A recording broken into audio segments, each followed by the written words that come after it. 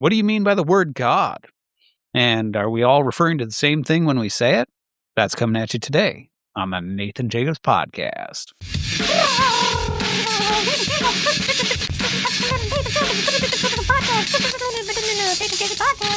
Hey, everybody. Welcome back to the Nathan Jacobs Podcast. As always, thank you for tuning in. So today on the podcast, I'm interested in a question that I think might at first sound rather peculiar to most listeners. And yet, at the same time, I think it's a very important question for reasons that we'll get into as this moves along. So commonplace enough is within our own culture to ask questions about God. Does God exist? Right? If God does in fact exist, why is there evil in the world? If he exists, how come his existence is not more obvious? Why does he seem to be hidden, right? All of these sorts of questions are commonplace within common conversation. They're common online, and they tend to be uttered very reflexively by any number of people. They're natural questions that can be offered by, young people, teenagers, children, as well as in more sophisticated forms in adults. And yet, one of the more basic questions that is rarely asked is, well, what do you mean by the word God? Now, that might sound like a pretty obvious question. Like, why would we even need to say that? Right? Isn't that like asking, what do you mean by, a square? We all know what we're talking about when we talk about a square, right? We've got four sides, four right angles, sides of equal length, things like that. Why do we even need to back up and ask that question? We all know what we're talking about. But that's actually the real rub of it, which is to say, do we all know what we're talking about? Are we all talking about the same thing? And I want to talk about that here today because I think historically speaking, how the word God is utilized, what people have in mind when they say that, evolves over time in significant and important ways. And the tendency in today's culture to presume that we all mean the same thing is actually indicative of where we sit within the flow of history. It's reflective of a certain development that happens within the medieval scholastics and then is the inheritance of modernity, which then becomes the inheritance of Western civilization generally, which sets the tone for the ways in which people talk today. And yet, what I want to point out in going through the history of this word and how people tended to talk about divinity has changed quite a bit throughout history, and it has changed in significant ways. And the way in which we talk about God today, the sort of presumptions we carry into those questions, is not at all actually obvious. And the areas where it's not obvious are really important. They're significant to how we begin to address some of these questions, how we think about God, how we think about Christianity, and other religions generally. And so what I want to do today is I want to walk through that. Now, I will say that one of the things that will come out within this discussion is certain differences, not only between early pagan views and then later pagan views and then Christian views, but also differences between the Christian East and the Christian West. And so those of you who follow me regularly or you read me on Substack or whatever it might be, you are familiar with the fact that I'm in development on a lengthy lecture series, 25-part lecture series on the differences between the Christian East and the Christian West. And right now is your opportunity where you can go over to the website, theeastwestseries.com. That's theeastwestseries.com. And you can pre-order that series now at the lowest price it'll ever be offered. So you can go over there, watch the trailer for more details, see the different ways in which you might be able to support the creation of that series, as well as order it in advance. But I bring that up because here in this discussion, as we talk about the ways in which God, the word God, is utilized and what people have in mind and what their commitments are about that really does change over time. And that change includes a difference between how that word is utilized within the Christian East versus how it is utilized within the Christian West. Now, before we get into those sorts of nuances, I really want to start with a background of how the word is used today and where that begins to develop and the sort of ramifications that it has for a lot of contemporary conversations. Because I think this gives us the lenses through which we can understand the inclination toward, for example, religious pluralism, right? The belief that all religions are essentially the same because they all believe in God, as well as the reason notion that people tend to utilize the word God without even defining it because they just have the presumption that we all do have the same thing in mind whenever we speak. So, where does that come from? Where do those notions come from? Well, one of the things that we can find here is the roots of this really go back to a development that happens within Latin theology. So, when you read the life of Augustine of Hippo, Augustine scholars all recognize that Augustine really undergoes really what is essentially like two different types of conversion, right? He undergoes this intellectual conversion, and then he undergoes a spiritual conversion. This is not really contestable. And you can read about it yourself if you read his Confessions, which is a great work, a classic Christian work, worth reading. And when you read that story, what you find is after Augustine has wandered away and got into all of his different hedonism and all the rest, and he's toyed with heretical ideas or Manichaeism and all of this, at some point what happens he undergoes an intellectual conversion. And so he refers to this where he talks about encountering or reading certain books of the Platonists. Now, he doesn't say which Platonists, but most Augustine scholars think that's Plotinus, right? The Enneads.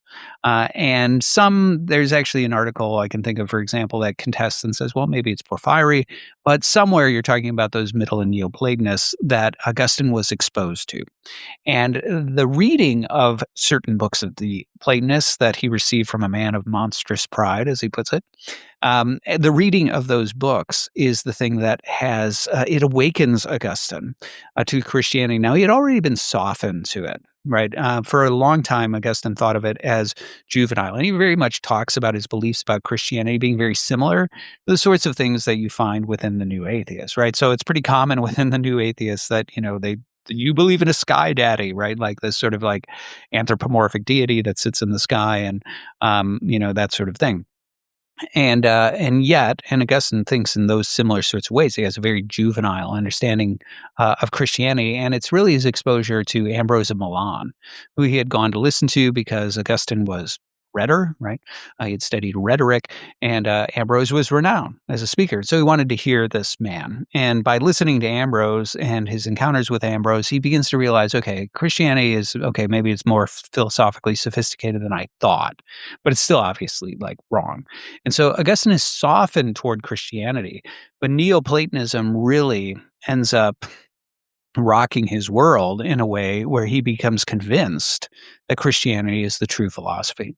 And so there's a part within his Confessions where what he says is, I read within certain books of the Platonists, not with these exact words, of course, but with all the same meaning and intent. In the beginning was the Word, and the Word was with God, and the Word was God. In other words, what Augustine suggests is that in reading Neoplatonism, he reads the prologue of the Gospel of John. He reads about Christianity, but he's reading it in this abstract pagan sense, right? In a strictly philosophical form that lacks, very importantly, the incarnation. So as he goes on and says, what I did not read within these pages was, and the Word became flesh and dwelt among us. So he recognizes this deficit in the narrative of Neoplatonism. What he essentially sees is that he believes that Neoplatonism has rightly diagnosed the metaphysics, right, the structure of reality, but it is missing this critical feature of the narrative, namely that the Logos actually became flesh and redeemed humanity. And so this typically marks Augustine's intellectual conversion, where he becomes persuaded of, well, Christian Platonism, essentially, is what he is persuaded of. And then later what happens is he has his spiritual conversion, where he reads the life of St. Anthony.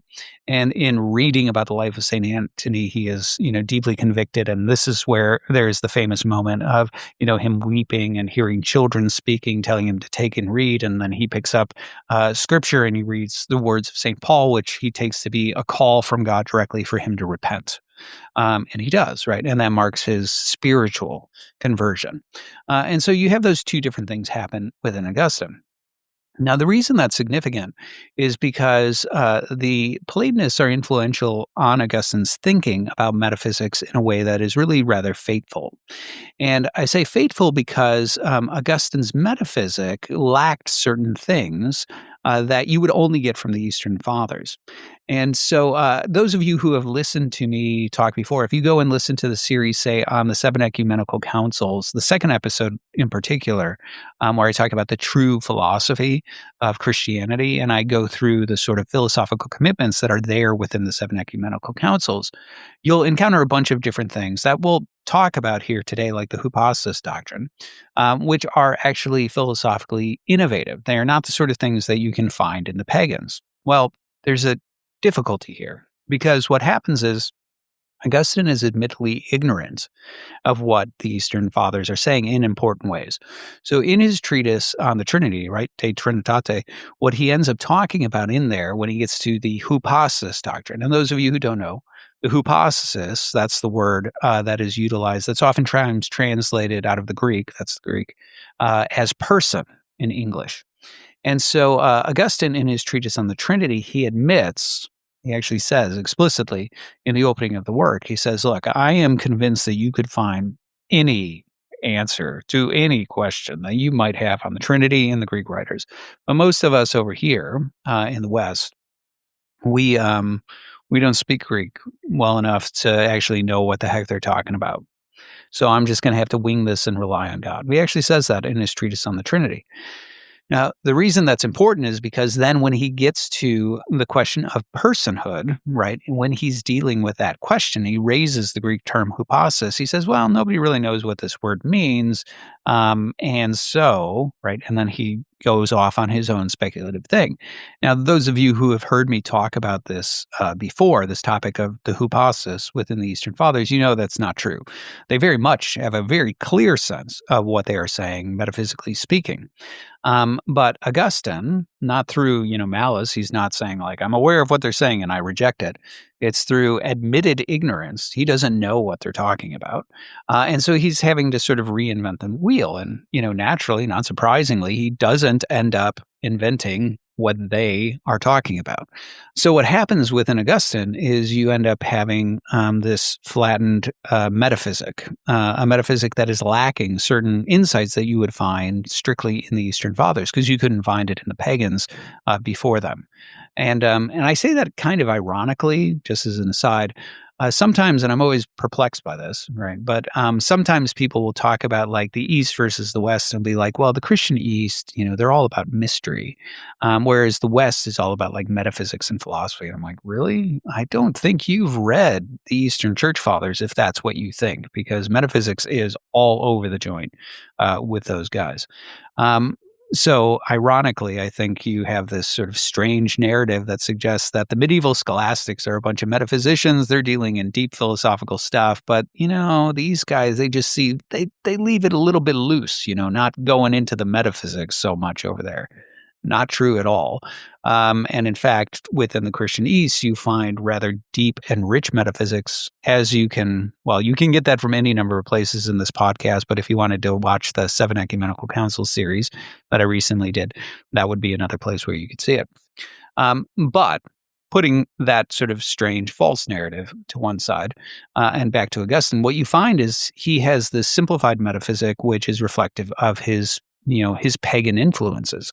So within the Platonists, you really only have this sort of tripartite structure of reality, where what you have is you have matter.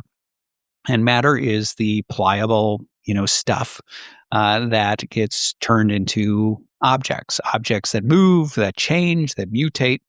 And then, of course, for Plato, that matter is a replica or a shadow or a copy of the forms, right? And so then what you have is the world of the forms, the second world, is this world of ideals. So whenever we're thinking of a circle and we're saying that's a good or a bad circle, we're comparing it mentally to the ideal form of circle. And Plato thinks that all of those forms are not just real, but they exist like a second world. And so our world is the material shifting shadows of this other ideal world.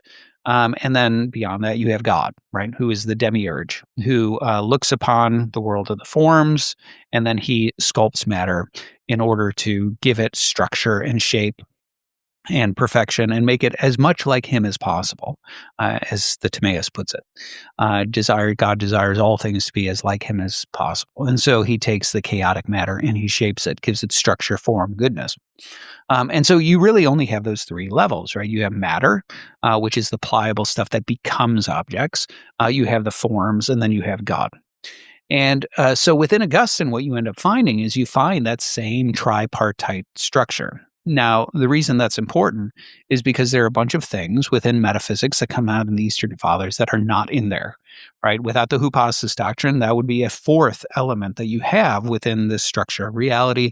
And there are other things that are missing, like the logoi doctrine, which are the archetypes of particulars, the essence energies distinction, and so on. So there are a bunch of things that are missing from the structure, and it's much more simplified in comparison with what you find within the Eastern Fathers.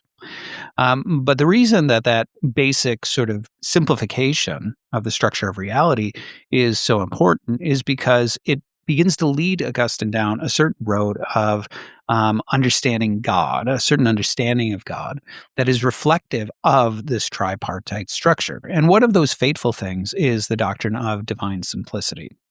Now, the doctrine of simplicity, the idea that God is simple, is something that predates the Christians, right? If you look at somebody like Xenophanes, he's a pre-Socratic philosopher. He ends up rattling off all of these things that are true about the transcendent deity. And a lot of those are reflective of classical divine attributes of different omnis. And one of the things that he names is that God is simple. Now, within classical philosophy, what that basically meant is that God doesn't have parts, right? So if you're talking about like your human body, your body is complex because even though it's one thing, it is a unity that brings together a bunch of different stuff. I have lungs, I have a heart, I have a liver, et cetera, et cetera. And so it's complex. And so simplicity had to do with the idea that what God is one. And within Platonism, this simplicity ends up a little bit more fleshed out, a little bit more specific. Because within Platonism, think of it this way. When we're talking about members of a species, for example, we are now talking about a material phenomenon. So I mentioned this sort of tripartite structure. So when you have multiple instances of a certain species, that's something that's strictly in the material realm. Well, why? Because within the world of the forms, there's only one circle. It's the archetype of circle. So when you're talking about multiple instances of a circle, you're talking about a strictly material phenomenon. When you have multiple circles, right, these are multiple instantiations of circles within matter. So that's something that's a phenomenon that happens in the material plane. When you rise above that, now you have these certain singularities, right? You only have one instance of circle, and it's not even an instance. It's an archetype of circle. It's the very definition or essence of circle. So that's what you have in the world of the forms. But the thing is, with the forms, you still have complexity. Well, why? Because when you're talking about definitions, oftentimes definitions of things are composed of multiple forms, right? So if we take a square and we say a four-sided, four right angles, sides of equal length, geometric shape, right? All of these sorts of things. That's actually complex. Each of those signifies its own thing. When you talk about geometric shape, that's one genus of thing, and this is a particular species of that genus. This is one type of geometric shape. And then when you talk about right angle, again, that is a specific type of angle. And then you talk about sides, right? That is a specific type of thing. So when you start to talk about a square, you're now talking about something complex. It's not complex in the way multiple material instances of square are complex. It's complex in the sense that it is not a simple concept. That one concept includes a bunch of different things, sides, right angles, geometry. And now God is above that. And what happens is, just as there is a certain sort of simplicity that sets in as you move beyond the material realm, a certain simplicity and a certain stability as you move beyond the material realm into the realm of the forms, now when you move beyond the forms to God, you end up with a further simplicity and a further unity. One of the ways you might think about this is you might think about it this way. The forms are the good of a thing, right? And so when we talk about a circle and we talk about the good of a circle, What we're really talking about is the form itself. A good or a bad circle is judged relative to that form. And when we're talking about, let's say, modifying a material circle and whether we're moving it toward or away from its good, it's being judged relative to that archetype.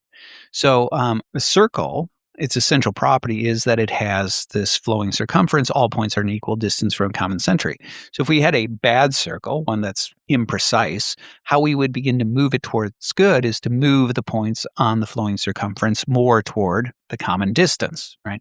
And those sorts of changes or effects end up, moving it toward its good.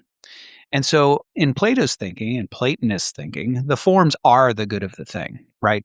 The nature of the eye is a seeing organ. And so movements or changes that end up moving it closer to being healthy and being capable of seeing is the good of the eye.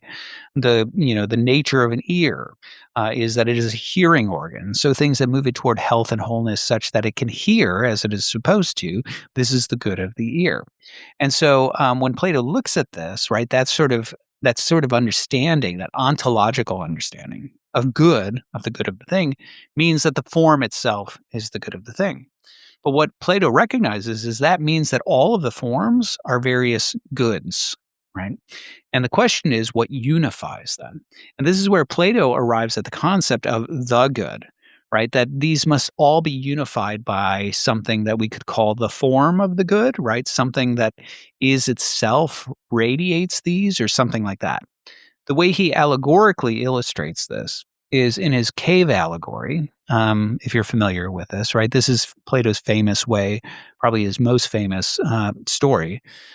His famous way of illustrating the forms, where he compares our world to these shifting shadows that people saw who are captive within this cave, and they're stuck in there, and people are making shadow puppets, and they see that, and all those shifting shadows Plato makes allegorical to our material shifting world.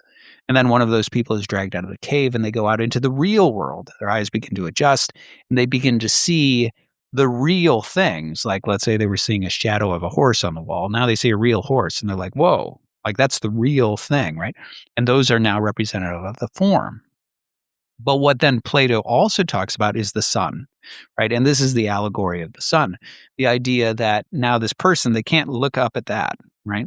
At the sun, but that sun ends up illuminating all the stuff that they are looking at. And that becomes allegorical for God, right? That God is the good. And this, the good, is the one that refracts or illuminates or, produces in some ways the forms. Now, Socrates and Plato don't really flesh out how that works. But what happens in Middle and Neoplatonism is that this ends up being explained, where what you have is you have God, right? The one, or, who is also, the super form, right? He is beyond being. He's beyond all the particular forms. He transcends them the way the sun transforms all the objects that it illuminates. And then what you have is you have that the divine mind or the nous reflects or thinks upon God. And in thinking about God, what it begins to do is produce a series of pictures, right? It begins to produce a series of particularized goods. This is almost like light refracting through a prism, where it all is sort of unified. And then as it goes through the prism, it gets refracted out into all these different particulars. And so the divine mind, the nous, thinking about God, begins to fill up the concept with any number of possible goods, right? Geometric shapes and animals, things that are living, different species of things, and so on and so forth. And that's where what you get is you get the refraction, which is all the forms. So these are all particularized goods that come from the one who is the good. And so within Platonism, what you end up having is in this tripartite structure, what you end up having is that God really is the good, right? So going back to Augustine and this sort of tripartite thing that I talked about, there's sort of this ascending unity and simplicity that's there.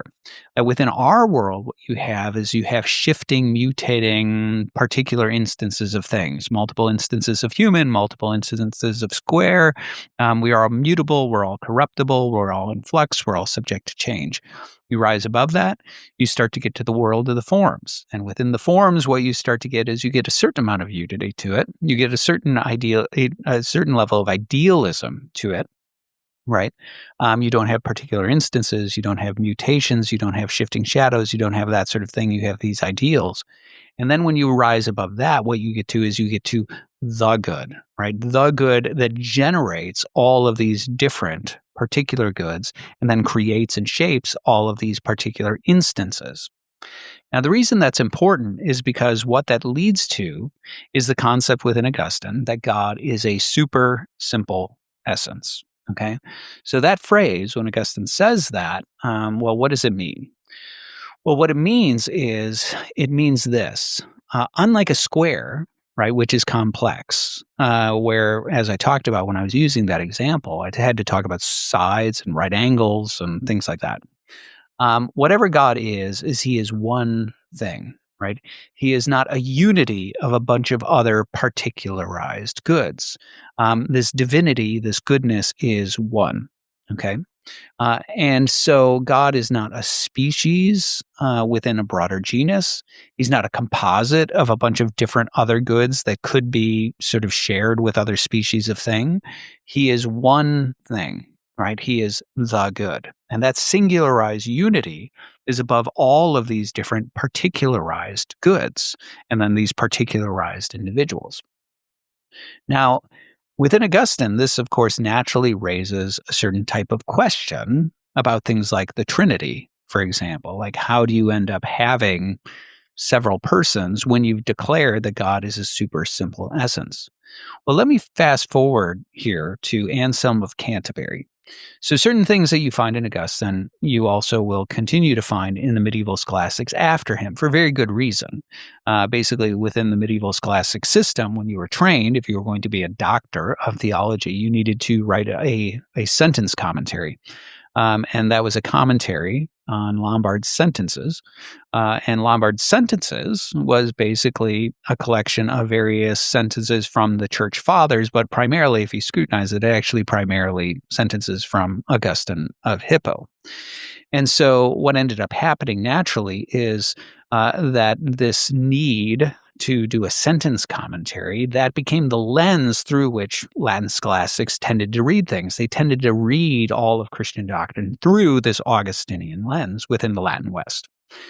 And what you end up finding there is, for that reason, this concept of divine simplicity ends up being the inheritance of the Latin scholastics, and it continues to echo there.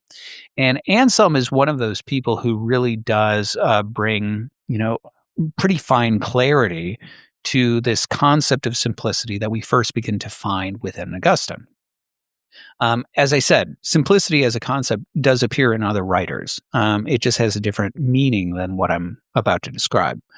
But what you find in Anselm is Anselm begins to engage in what is called perfect being theology. Okay. And so perfect being theology is essentially the type of theology that says we know what God is. God is the optimal being, or the being greater than whom none other can be conceived. And for that reason, if we were to say something about God, something that could be exceeded, then we would clearly be saying something that is false. So, for example, if I said, well, God knows most things, but not all.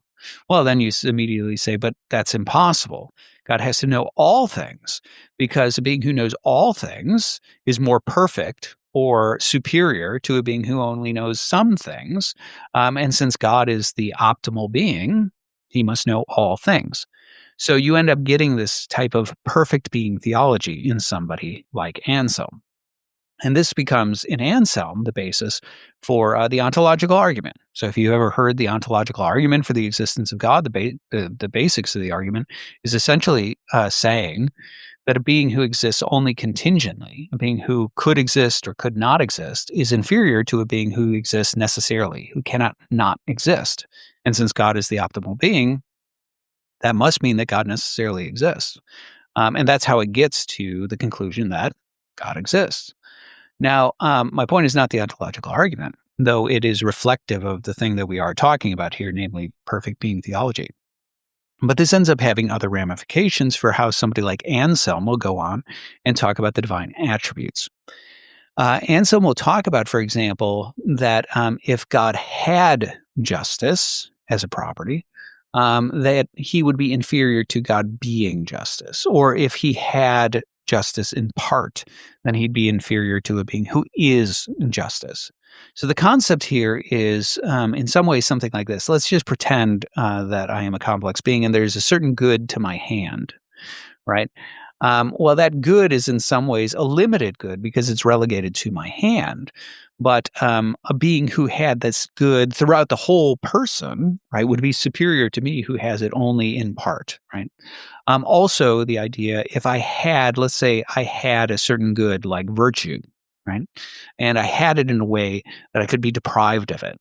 Well, that would make me inferior to a being who is virtue, right? Who of necessity just is has virtue in himself, and of course, in order to have virtue in himself, in such a way that he can't be deprived of it, it can't be transient, it can't be an accidental property, it can't be separable from him.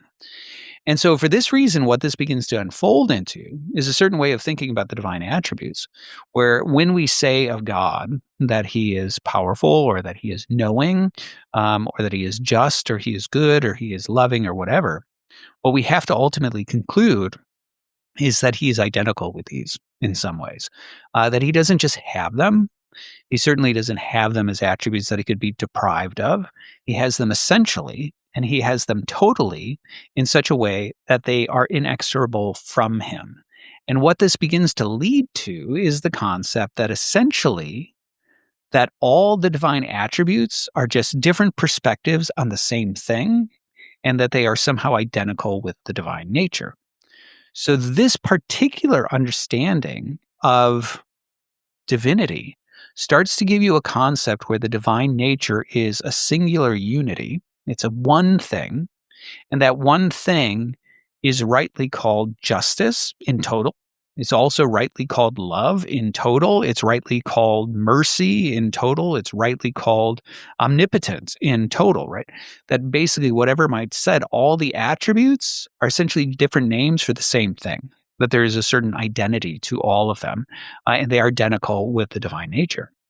So where this ultimately goes then is that when we're talking about this simple, super simple essence, right? This essence that is all of these perfections, that they are identical with it, then we also have to say that God is identical with his existence. We can't differentiate his existence from him. And also what we get to is we can't distinguish really his personhood from his divinity. In other words, if the divine nature is something that he has, right, his person has, then this would in some ways hypothetically create a differentiation that would be inferior to if he is identical with all of these things. And so what happens here in this is you have this collapsing of existence, of personhood, and of all the attributes into this singularity, right? This super simple essence. And that is a rather fateful thing. That appears in Augustine. I know I've been talking about Anselm, but it appears in Augustine. And then it appears again in the scholastics. And so Anselm is a very quick and easy touch point for this, because he makes such a big deal of this. And obviously it's the basis for his ontological argument. But you can also then find in people like Thomas Aquinas as well. This is not something that is unique. But this is something that becomes very dominant within the Latin scholastic world. Now, of course, within the Trinitarian discussions, you have to figure out how to talk about the Trinity within this context. And this is where essentially what begins to happen is personhood becomes a type of relation. So it is not something that is in some ways substantive, but rather it is a sort of relational identity. And so we might think of it this way, right? If I am in the role of teaching you, as someone who is engaged in being a teacher, that relational property gives to you the identity of being a student. And so my personhood or persona of being a teacher in that moment is a relational identity, and your persona of being a student is also a relational identity. And this becomes part of the ways in which you start to talk about within the Latin scholastic world divine relations, where the divine persons are really the divine essence relating to itself, and as this essence relates to itself, you get the trifold, Trinitarian personae. That's where those come from. And those are internal relations. And then how the essence relates to us as creatures, those are external relations. So this is the ad intra versus ad extra distinction that you find within Latin scholastics. But in terms of God, what the word God, deus, signifies is it actually points to that divine essence. That is the ontology that's there. And the personae, right, the persons, are the ones that are, relational identities having to do with how Deus relates to itself. So now, why is that important? Well, it's rather important because what you see happening there is you see the collapse of several different things. Of course, we see the collapse of the divine attributes, where all of these are just identical with the word God. You also see with this in the ontological argument the collapse of existence. Existence is not a predicate, right? It's not something that the being can have or be deprived of. It too is identical with Deus. And then also importantly with it, you actually see the collapse of personhood. Now, when I say that, I don't mean to suggest the Latin scholastics don't believe in the divine persons, right, in that sense. As I said, they do have a concept of these various personae that are the Father, Son, and Holy Spirit having to do with the relational identities of how the essence relates to itself. But as we'll see within the Eastern Fathers, there's a very different approach to the relationship between the divine essence and the persons, right? They definitely do think that the person is actually the principle of existence, and we'll talk about that, that the person is the one that exists and the divine nature subsists. But in this case, what we have is actually the inversion of that. We actually have the divine essence being that which exists, right? Being identical with the existence of God. And then the personae are relational identities on top of that. Now, the reason that is very important is because what we'll see as we move forward then in history is we find that in modernity, this sort of perfect being theology ends up continuing to be dominant, even where you don't have Christians. So within modern philosophy, you continue to have a great deal of advocacy of different arguments for the existence of God. And you'll find the ontological argument, different forms of the ontological argument in like Descartes or in Leibniz or in Spinoza. And then you find other arguments as well. But what's interesting is about the ontological argument in particular is it is an argument based on perfect being theology, right? This inheritance of the Latin scholastics. And what I find particularly interesting about the heritage here is that that argument and the sort of perfect being theology that's there ends up being advocated for and embraced by deists.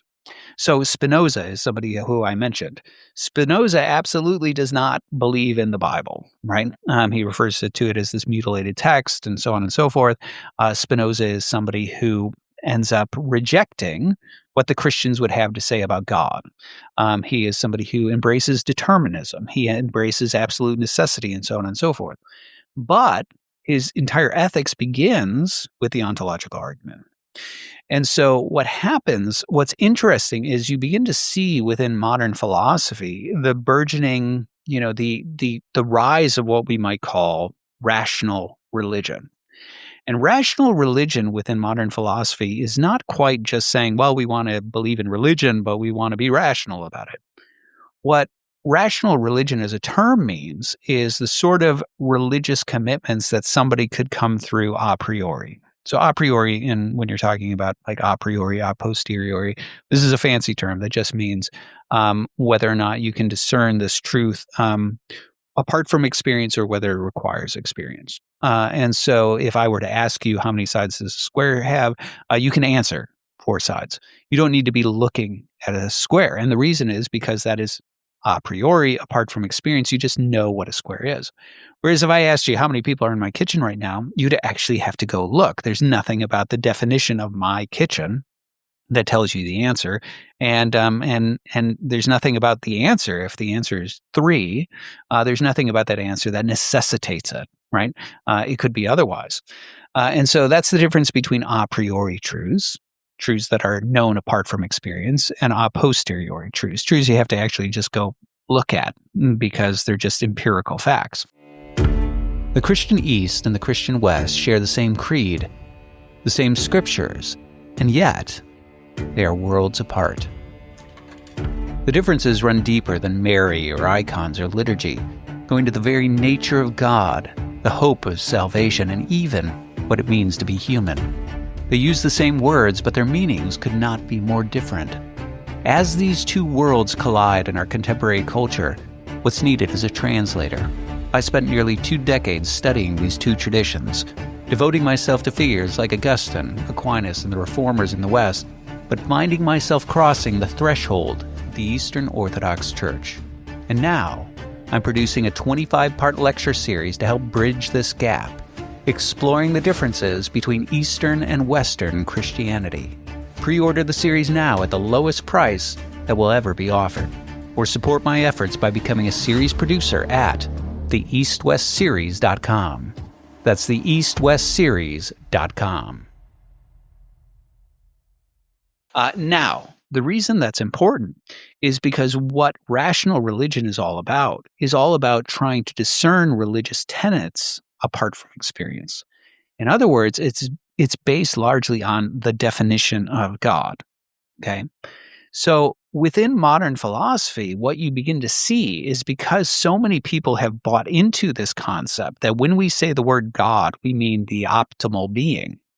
We mean the being the greater than whom cannot be conceived. What happens is that this provides a basis for presuming that when a deist who doesn't believe in, the Bible, begins to talk about God, that word signifies the same thing that the Jew means, who believes that, there's an optimal being who revealed himself to Moses, but he doesn't believe that he has a son. And the same thing that the Christian means when he says God, and he means the optimal being, but he believes that he does have a son who he sent into the world to be incarnate. And so the presumption here is that the word God actually refers to something generic, right? And so this is critical. This is a critical thing to understand because this is new, historically speaking. We'll talk about exactly why it's new, historically speaking. But what you're beginning to find here in modernity is the concept that when I say the word God, what do I mean, right? I mean the optimal being. I mean a being who is conceived of through the omnis, right? That he's omnipotent, omniscient, omnipresent, right? All those sorts of things. And so in this sense, I'm talking about the optimal supreme being. Now, whether or not this being spoke to Moses, that's an open question. Whether or not this being has a son that he sent into the world to be incarnate, different question. But what we do know is that when I say God as a deist, I have in mind the optimal being defined by the omnis and so on. If I say God as a Jew who believes that being spoke to Moses, I still mean the same being, right? The one who is the optimal being. And if I say God as a Christian who believes that he has a son and so on, I still mean the same being. And so within modern philosophy, what you start to find is the rise of the concept of the a priori God, meaning a God that the word God signifies something that can be defined apart from experience, and therefore anybody who utters the word God indicates the same being, and we're just disputing the specifics of how he has related to us, what he has and hasn't done within history. Now, this creates room for a couple of different things. On the one hand, this is what creates the grounding for, in Western civilization, with people like the founding fathers of the United States, this creates the basis for them talking about God without agreement about whether we're talking about the God of the Bible. So this is always sort of an interesting question that gets batted around within American political circles, where you have people disputing whether or not the founding fathers of America are talking about the God of the Bible or not. And that really sort of misunderstands the nature of the thinking within this world, because people rightly recognize some of the founding fathers are deists and some are Christians. And so which God are we talking about? And the answer is, in their mind, it doesn't matter whether you're a deist or a Jew or a Christian, you mean the same thing when you say God. you are talking about the optimal being who is the source of the world. And yes, of course, that's going to be the source of things like morality as well. And so that's the reason within that sort of context that you can talk about God and you can talk about God, endowing man with certain inalienable rights. And we can talk about God as the source of morality. We can talk about God as the source of the world. We can talk about God as the source of rights. And we don't have to agree on whether or not that God spoke to Moses or has a son, or is really just sort of a moral lawgiver who has given us conscience and the testimony of the world because we're deists, right? You don't have to agree on that because by the word God, we all mean the same thing. And so that sort of approach to rational religion is the type of thing that you begin to find in modernity. And you find it very significantly, in the founding of the United States. But you can find it in people like Immanuel Kant. When Immanuel Kant and his religion within the boundaries of mere reason explores the question of, well, exactly what the title says, religion within the boundaries of mere reason or reason alone, what he is asking is what are the tenets of a rational religion, something that a priori you could come to, that any person apart from divine revelation could arrive at, that tells you what is in the confines of a priori religion. And then Kant wants to say any religion that has this core is a rational religion. So that way of thinking is the sort of thing that is a byproduct of this understanding that there really is, when we're talking about God, we are talking about a generic. We are talking about an optimal being. We're talking about perfect being theology. So that's how that ends up being fleshed out within modernity. And what that lays the groundwork for also is actually religious pluralism. So the colloquial version of religious pluralism is the notion that, it's like, well, all religions are essentially the same. They're just sort of, they're different roads that all lead to the same thing, and all roads lead to heaven. And it's because they all believe in God, right? And there's a contemporary sensibility that seems to say that because they all talk about God or use that word, that they must all be referring to the same thing. And therefore, they're just sort of different guides or manifestations of different roads that lead to that same thing. That's the colloquial version. The more sophisticated modernist notion of religious pluralism actually is based on this concept, the concept of perfect being theology. So the presumption that what you find, we could look at, again, somebody like Immanuel Kant. A lot of the religious pluralists, somebody like, let's take a contemporary religious pluralist or contemporary-ish, he's deceased now, but John Hick, right? John Hick is one of the very well-known religious pluralists. And I believe if I'm remembering John Hick's story correctly, he was an evangelical, and I think he was even a missionary. So he's this evangelical missionary who ended up being exposed to world religions, a lot of Eastern religions, and he really struggled existentially with this concept of saying, well, as an evangelical, I'm saying these people are all going to hell, and that's a lot of people, and how do I cope with this idea that my religion is suggesting that somehow all of these people who seem to be, good people overall, they don't seem to deserve to burn in hell forever. And, my evangelical theology says unless they believe in Jesus, they are going to burn in hell forever. Like, how do I actually hold on to that? And that sent John Hick into existential crisis. And that's where that ultimately led him, is Hick became a religious pluralist and one of the, most well-known, advocates of religious pluralism within the 20th century. And I actually had a chance to meet Hick before he died. We had lunch together. Me and Chris Firestone, actually, my colleague who, if you've listened to him on the podcast, he and I are, we've worked together on a variety of things, including my first book on Immanuel Kant. But one of the things that John Hick does in terms of how he gets here is he builds on the sort of perfect being theology combined with the concept of the transcendence of God that you start to get within modernity. So let's talk a little bit about Immanuel Kant and how Immanuel Kant justifies something like religious pluralism, or at least lays the groundwork for it. I'm not going to say that Kant is a religious pluralist. I think he's something slightly different than that because of his whole rational religion thing. But he nonetheless lays the groundwork. He represents the sort of groundwork laid in modernity that somebody like John Hick picks up on.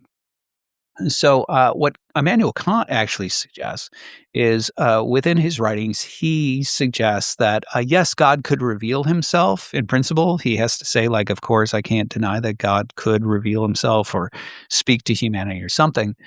But Kant wants to say that even if God spoke to you and he revealed himself, you could never know that it's God speaking. Now, why? Right? Well, there's very good reason for Kant, why Kant thinks that. Why Kant thinks that. I'm not saying there's good reason to think that. There's a good reason why Kant thinks that. Um, Within Immanuel Kant's system, and Kant's entire system of philosophy is based on what we would call the turn to the subject.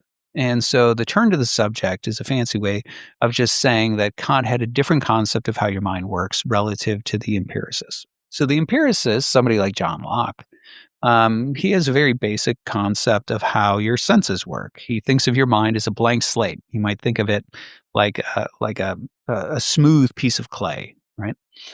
And then he thinks your senses have encounters that get assailed with stuff from the outside world, sight, sound, smell, taste, touch.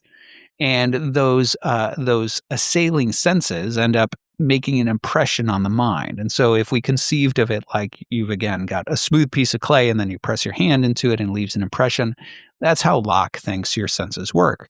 Your senses are essentially, these sort of instruments through which the world is active and your mind is passive, receiving these impressions.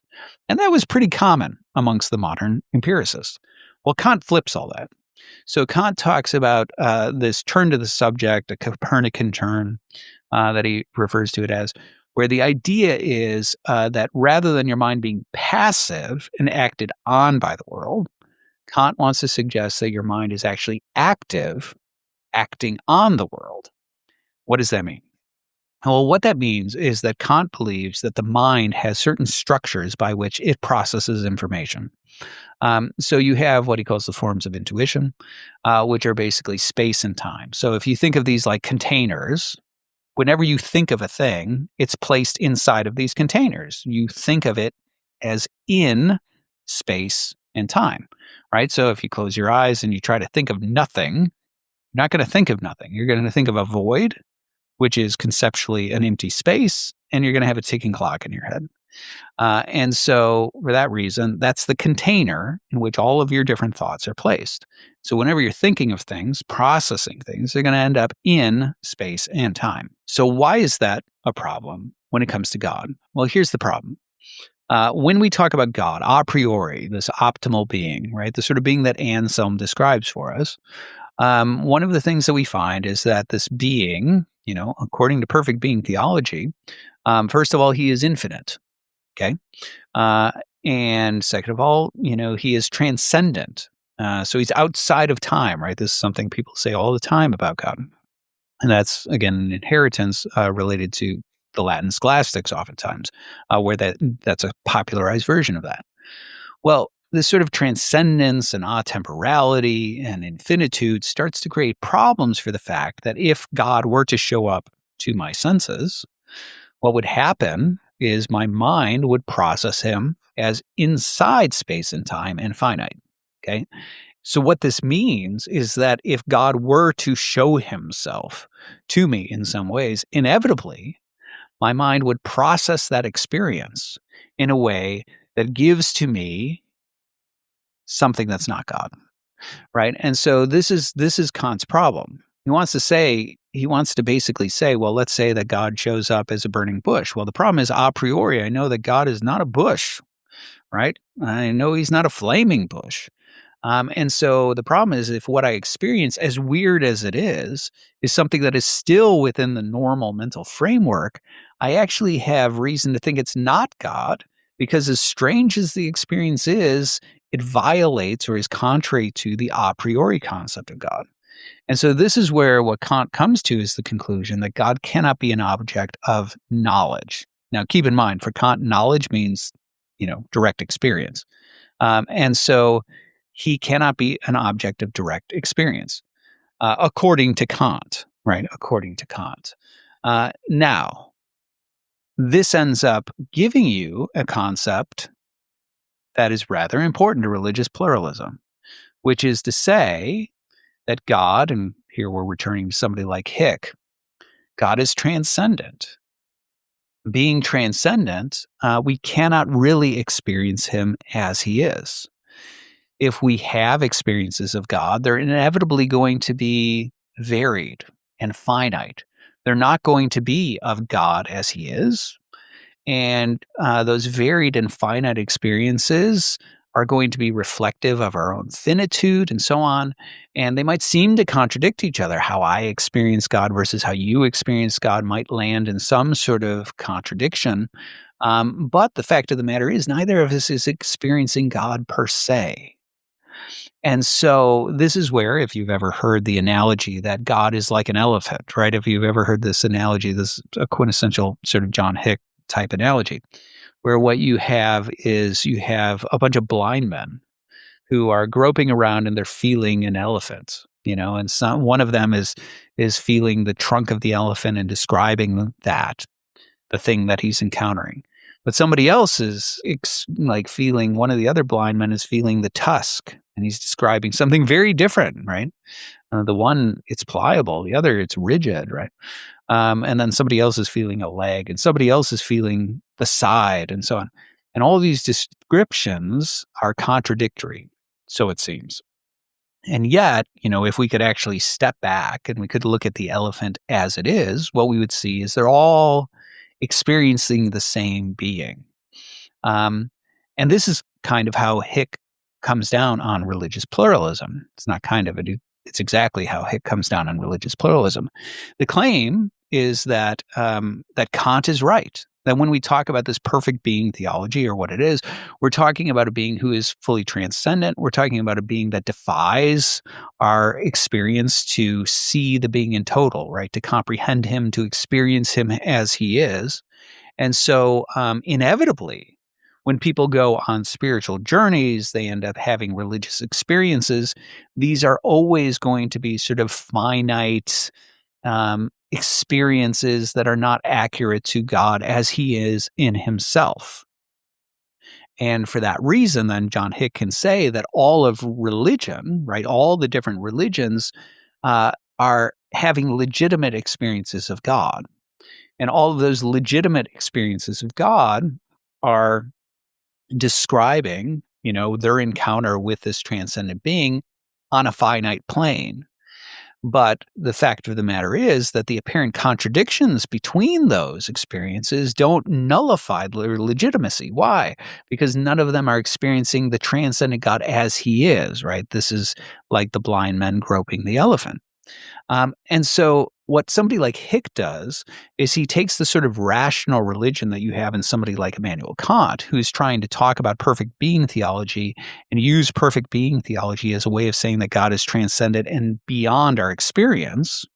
And Hick is taking that and moving one step further and saying, it's not that God is beyond our experience. We can experience God, which Kant himself actually admits, that's possible. He's raising a different problem of epistemology. But Hick wants to say that what this means is that these religious encounters and experiences are all valid and real, but none of them are of God as he is in himself, right? None of us are the seeing man who steps back and sees the thing that the blind men are groping. So every religion is just one of these blind men groping the elephant from a different part and describing their very limited encounter within a finite plane of the transcendent being. And that's why the seeming contradictions don't matter, because none of them are actually describing God as he is in himself. That's the claim. So that's how this perfect being theology, which evolves into rational religion and modernity, ends up giving way to religious pluralism in a more contemporary form. And I think what we can see quite plainly within our own culture is the popularized version of all of these things. As I said at the outset, when we're talking about questions surrounding God, what you typically do not hear is people asking the question, what do you mean by the word God? They don't try to define it. And really, if you were to sort of ask the average person what they have in mind when they talk about God, they would probably give a colloquial version of perfect being theology, right? Do they think this being has always existed and will always exist? Sure, if he exists, right? Conceptually, of course, they would, some people are going to dispute that such a being exists.